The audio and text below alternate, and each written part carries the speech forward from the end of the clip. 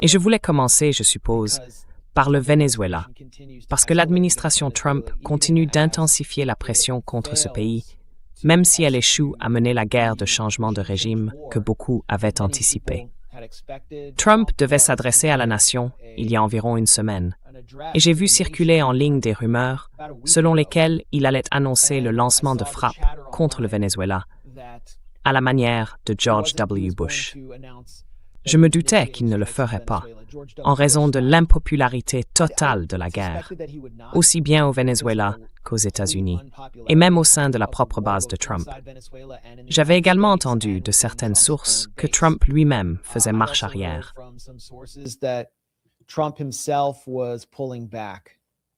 Marco Rubio a publié sur Twitter une photo très inhabituelle de lui s'inclinant devant une lampe. Je pense que c'était après le discours de Trump. Puis le discours de Trump a eu lieu. Je ne vois aucun intérêt à en diffuser des extraits. Mais Trump, ce n'était plus l'ancien Trump. Il n'était pas drôle. Il était à peine présent. Il se dépêchait, avec un ton très solennel et raide, en se concentrant sur l'économie, qui est désormais son point le plus faible. Et je pense qu'il y a eu une prise de conscience que s'en prendre directement au Venezuela aurait été une grave erreur, ce qui a dû contrarier le complexe industriel des Gusanos, dirigé par Marco Rubio, l'un des rares éléments aux États-Unis à pousser ouvertement pour cette guerre.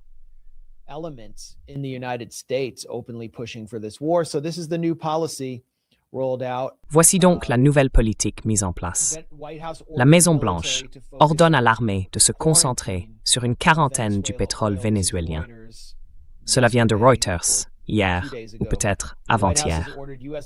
La Maison-Blanche a ordonné aux forces armées américaines de se concentrer presque exclusivement sur l'application d'une quarantaine du pétrole vénézuélien pendant au moins les 2 prochains mois, a déclaré un responsable américain à Reuters, indiquant que Washington préfère recourir à des moyens économiques plutôt que militaires pour faire pression sur Caracas. Au cours des 2 dernières semaines, ils ont saisi au moins 2 navires. Il y avait un autre navire, le Bella 1, que je ne connais pas, qui émettait toutes sortes de signaux d'urgence, environ 75, alors que les gardes-côtes tentaient d'accoster.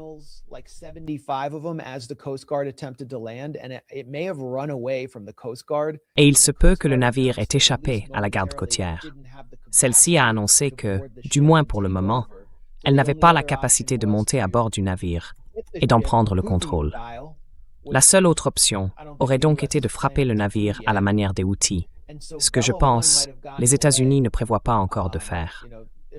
Il est donc possible que le Bella One ait réussi à s'échapper. Vous savez, si je devais décerner des prix de la résistance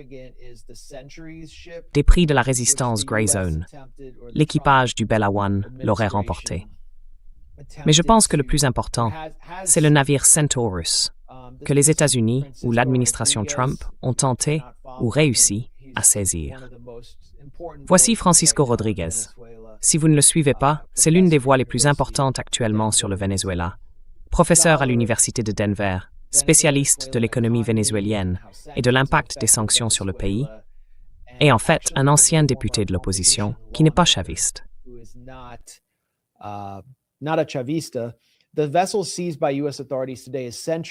Le navire saisi aujourd'hui par les autorités américaines est le Centaurus, un pétrolier battant pavillon panaméen. Il ne figure pas sur la liste OFAC du Trésor des ressortissants spécialement désignés. Autrement dit, ils saisissent des pétroliers qui ne sont même pas sanctionnés par les États-Unis. Ils ne sont certainement pas non plus sanctionnés dans le cadre des sanctions de l'ONU. Et c'est du pétrole chinois qu'ils volent. Du pétrole destiné à la Chine, vraisemblablement acheté par la Chine. C'est donc aussi une attaque contre la Chine, en plus du Venezuela. C'est une illégalité flagrante, de la piraterie. Ils ne cherchent même pas à trouver de prétexte pour saisir des pétroliers non sanctionnés. Ils essayent simplement d'étrangler l'économie vénézuélienne. Et ce faisant, comme l'a clairement montré un article de une du Wall Street Journal, un texte très propagandiste paru il y a quelques jours, ils cherchent également à renverser le gouvernement cubain qui dépend largement du pétrole vénézuélien.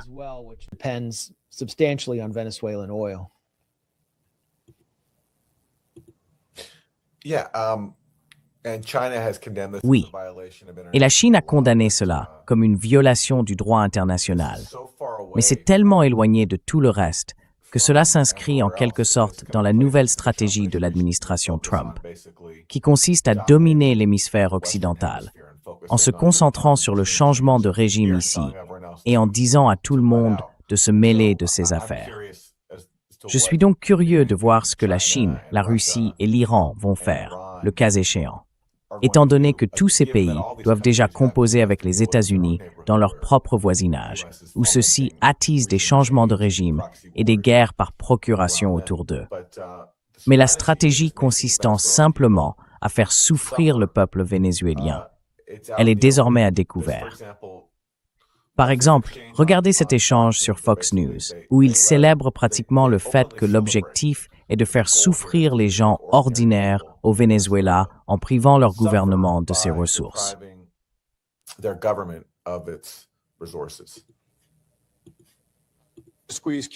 Ils essayent d'étrangler Cuba depuis les années 60.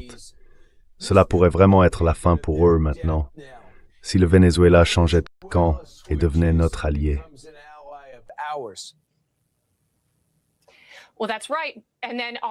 Eh bien, c'est exact.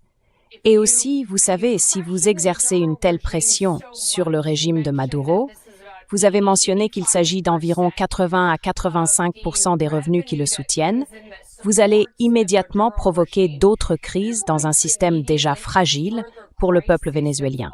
Ils vont ressentir cette pression encore davantage et ils vont en tenir Maduro pour responsable. Tu sais, nous aimons aussi faire pression. Voilà. Nous faisons simplement souffrir leur pays. Et ensuite, le peuple blâme le gouvernement. Oui, pas nous, parce que ce sont nous qui volons leurs ressources.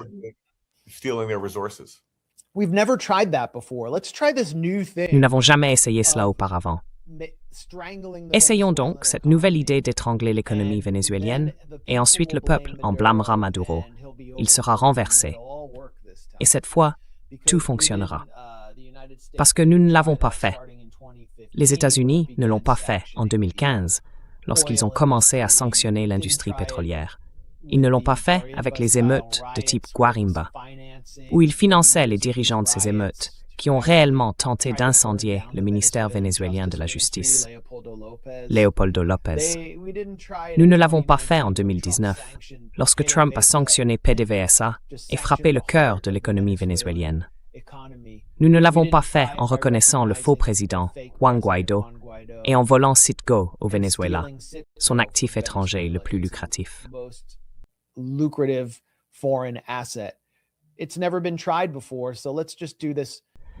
Cela n'a jamais été tenté auparavant. Alors essayons simplement cette nouvelle stratégie brillante conseillée par Rebecca Heinrichs. Mais qui diable est Rebecca Heinrichs? Je n'en sais rien, mais elle révèle en gros le plan, qui consiste à torturer la population vénézuélienne jusqu'à ce qu'elle se retourne d'une manière ou d'une autre contre Maduro, ce qui a échoué.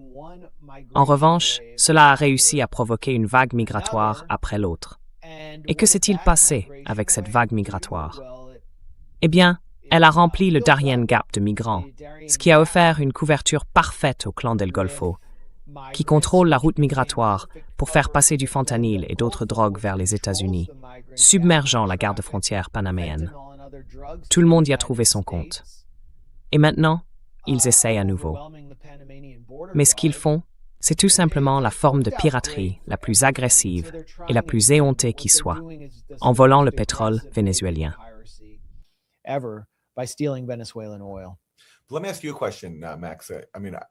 Laisse-moi te poser une question, Max. Je veux dire, je ne suis jamais allé à Cuba. Toi, oui. Tu y as fait des reportages. Penses-tu que Cuba peut survivre à tout cela? Parce qu'une grande partie de l'objectif de Marco Rubio est de couper les livraisons de pétrole du Venezuela à Cuba, comme l'un de ses navires essayait de le faire quand les États-Unis l'ont saisi. Cuba en a besoin pour survivre. Penses-tu que leur gouvernement peut tenir face à tout ça?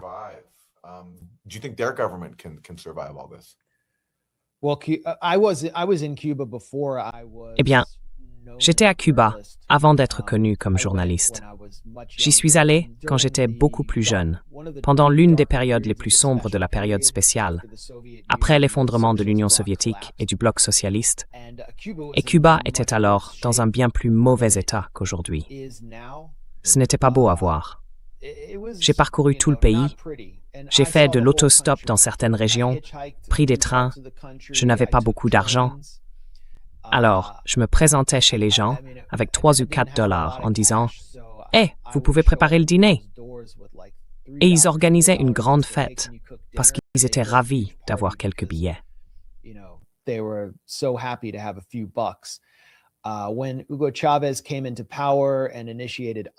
Lorsque Hugo Chavez est arrivé au pouvoir, qu'il a lancé l'ALBA et mis en place tous ses programmes visant à privilégier le commerce bilatéral et le soutien à Cuba, la situation s'y est nettement améliorée.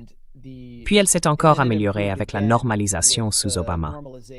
Mais en désignant Cuba comme un État soutenant le terrorisme, l'administration Trump a ramené ces jours sombres, de nombreuses coupures d'électricité et beaucoup de chaos.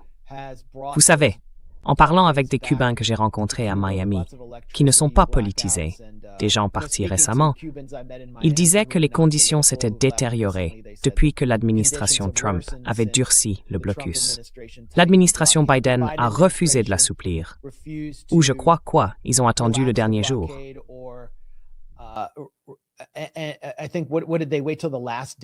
Le dernier jour en fonction, puis ils en ont annulé une partie.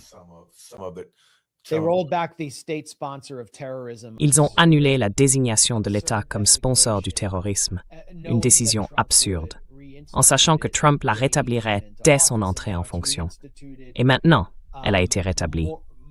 Marco Rubio supervise toute cette politique, comme nous le savons tous, et il a 2 principaux conseillers pour le Venezuela et Cuba.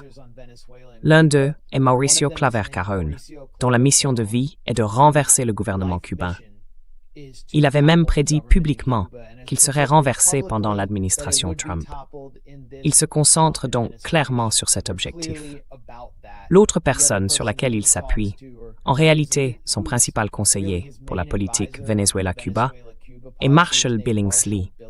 C'est un haut fonctionnaire chevronné du Trésor, un néoconservateur intransigeant, qui a témoigné devant le Congrès en novembre, je crois, et a déclaré que la guerre contre le Venezuela visait en réalité Cuba, le Nicaragua et toute la gauche latino-américaine, et qu'elle aurait un effet de ricochet qui nuirait même à Lula da Silva au Brésil.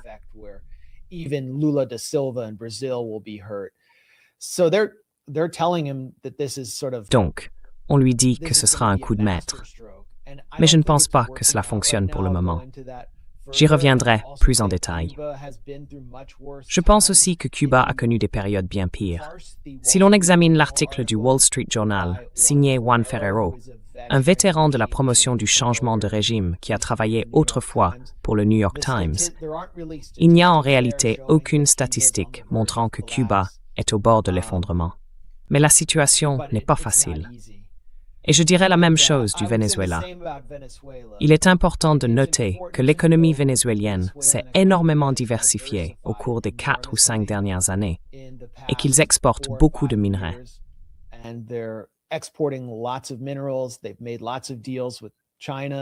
Ils ont conclu de nombreux accords avec la Chine et d'autres pays pour acheter des minerais et de l'or, ce qui signifie qu'ils ne dépendent pas entièrement du pétrole. Donc saisir quelques pétroliers au cours des 2 prochains mois ne va pas nécessairement détruire l'économie vénézuélienne. Ils savent comment gérer cela et ils ont traversé des périodes bien pires. Je veux dire, ils exportaient moins de 400 000 barils de pétrole par jour lorsque l'attaque de l'administration Trump contre le secteur pétrolier a commencé. Aujourd'hui, c'est autour d'1 million. Ils ont donc connu des temps plus difficiles. Et je pense que cette politique est délirante. Marco Rubio écoute les mauvaises personnes parce qu'elles lui disent ce qu'il veut entendre.